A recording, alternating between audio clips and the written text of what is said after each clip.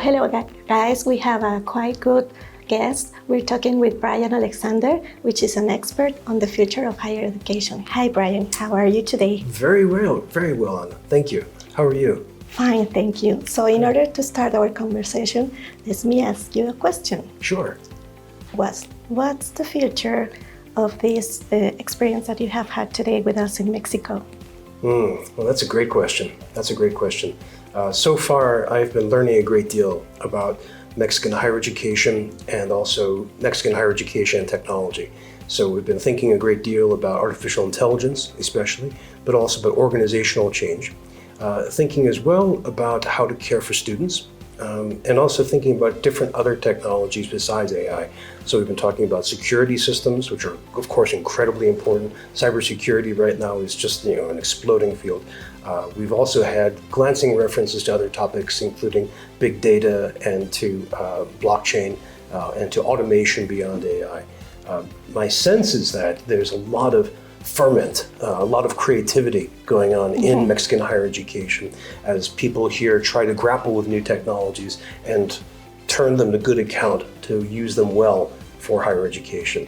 And I think in that, Mexico is like most of the world.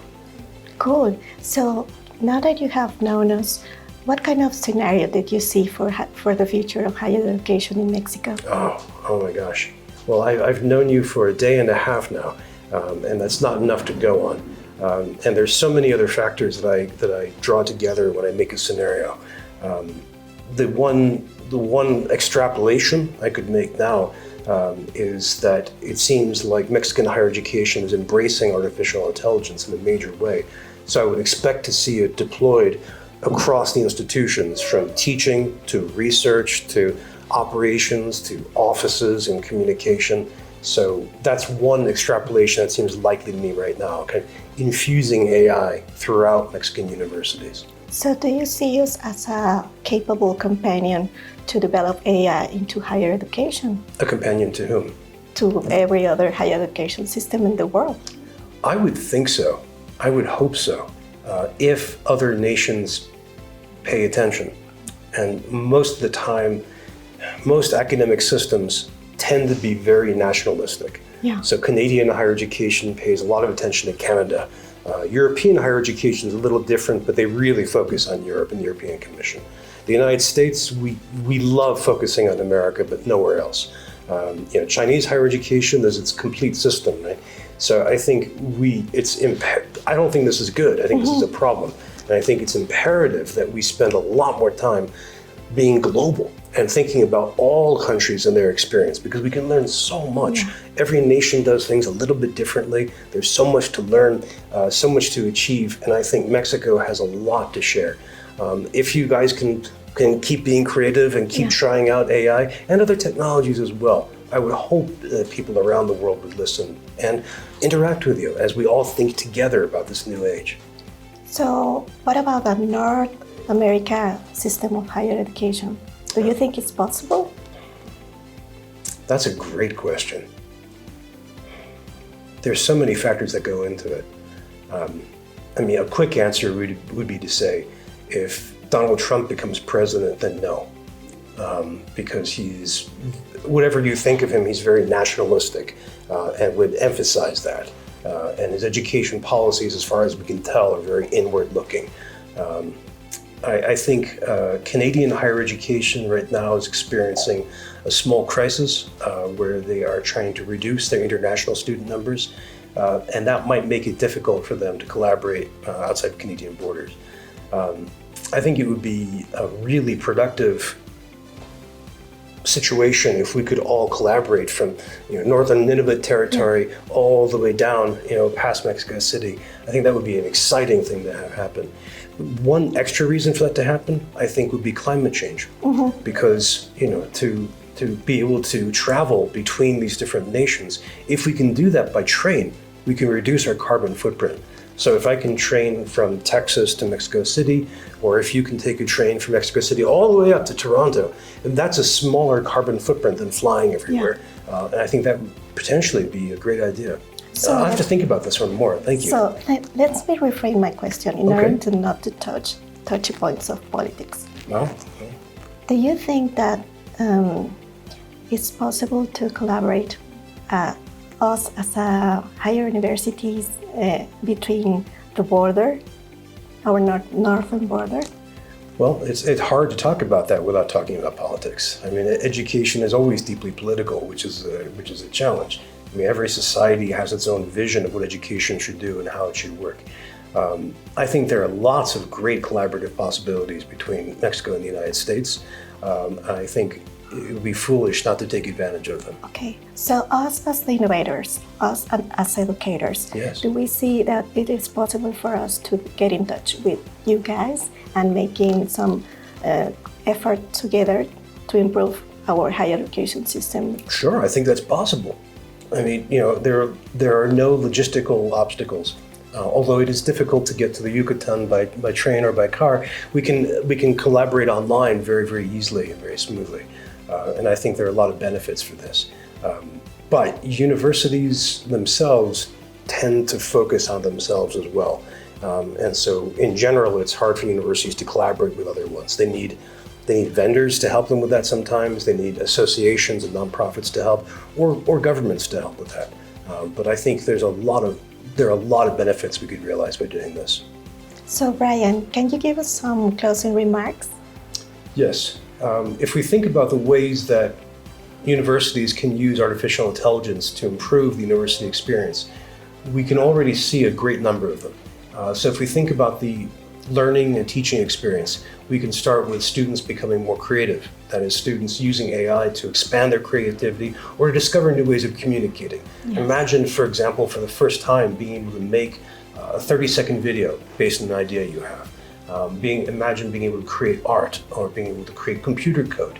And again, for people who are nervous about these topics, so people who are nervous about writing, or people who are scared of math, to be able to use technology to help them with that, I think that's a very powerful thing.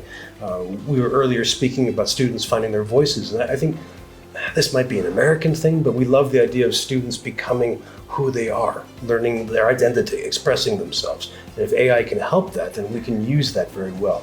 We can also use AI to improve research. And when we think of research, it's important to think it's not just faculty, but it's also students, and it's also staff who are doing research. And we can use AI to speed up research in any number of ways. We can use AI to grab sources online. We can use AI to generate brainstorm ideas with us, to help get feedback on topics. One of the things I do in my writing is I will take a chapter and feed it to ChatGPT and say, tell me what I just wrote.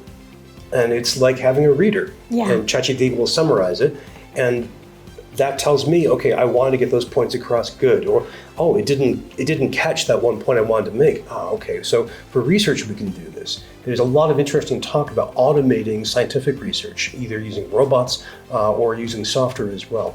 And beyond that, we can automate some operations. So you think about everything from library processes to communications on campus to budgeting and data analytics. So I mean, there are lots of possibilities that we can use generative AI to help. But I think a second domain is we can approach AI critically, and we can use the intellectual capacities of universities to do that. So we can have computer scientists.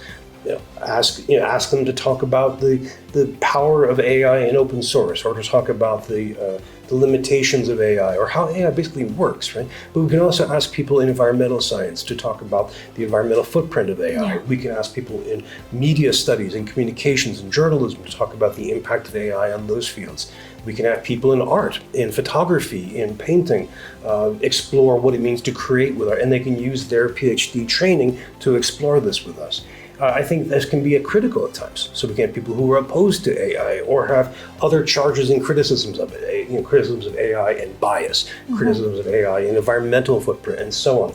And we can publish that. And I think it's important to think about a university coping with AI, responding to AI internally, but to think about it externally as well. So all those conversations I just mentioned can happen with the broader public. So we can publish something as a TikTok video. We can publish something as an article for a popular press, or a scholarly book, or a popular book. I mean, we have lots of ways of communicating this. So I think universities can help humanity grapple with AI. I think a third issue is we can also think about AI as a transformative factor. Yes. I mean, every new technology, when we receive a new technology, we go through a two-step process. Oftentimes, the first step is we copy and paste practices from older technologies onto the new one. And then after a while, we figure out, oh, wait a minute, this is a new technology. We can do some new stuff. So if you look at early movies from like 1900 to 1920 or so, the makeup is really intense. And the reason is because it's stage makeup. Yes. And you want to be seen 1,000 feet away, Yeah. right? And often the camera will just sit there and film the scene. But then after there's that second stage where people say, well, wait a minute, I can pick up the camera and move it. Whoa, this is interesting. We can do close-ups, we can do zooms, and then cinema really takes off. This happens with almost every technology. You can see this in the 1990s when we have the web take off. Well, what do we call a web document? We'll call it a web page. It's not a page. There's nothing to do with a page, but we recognize pages. And then after the while, we start to develop dynamic web page design, and we start developing Web 2.0 and social media. We really run with it. And I think with AI, we're in that stage where we're trying to think, all right, what do we know that we can copy and paste onto AI? And we're going to do that in different ways. So we're going to think of AI as doing data analytics. Good, useful stuff. But we already have software that does that.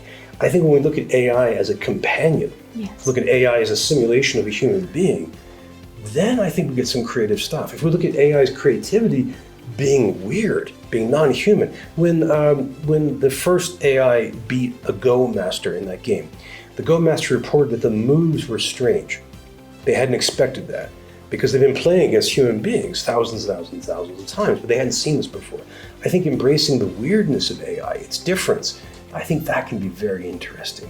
And again, academia, all humans can participate in this, but academia, we have some degree of autonomy, we have all of our intellectual background, and we have some freedom, and we have some opportunity to do this kind of work.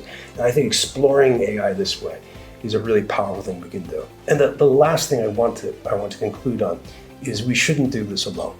I mean, I will stay up all night having conversations with chatbots, and that's okay. I mean, I learn a lot, but the important thing is to share that with somebody else. So this morning I did a simulation with ChatGPT, and I shared it with all of you. And I want to see what people thought, and that was interesting, right? Yeah. But to share with more people and to share our explorations. So the projects that you're doing at your university, to share that with people around the world, I think this is something we have to do in academia. And this doesn't have to just be within our own city or within our own state, but it has to be as global as we can. Yeah. So we can put our minds together, and the more minds thinking about this together, I think the better the outcome. I don't want to sound utopian about this. I think there's so many challenges, so many problems, so many threats, but I think all of us speaking and thinking together is the best way we have of doing this. So collaboration and keeping us in the loop is quite remarkable. Yes. So thank you very much, Bryan, for your words, and thank you very much. Well, my pleasure. Thank you for the questions, and thank you to the media team for making this work.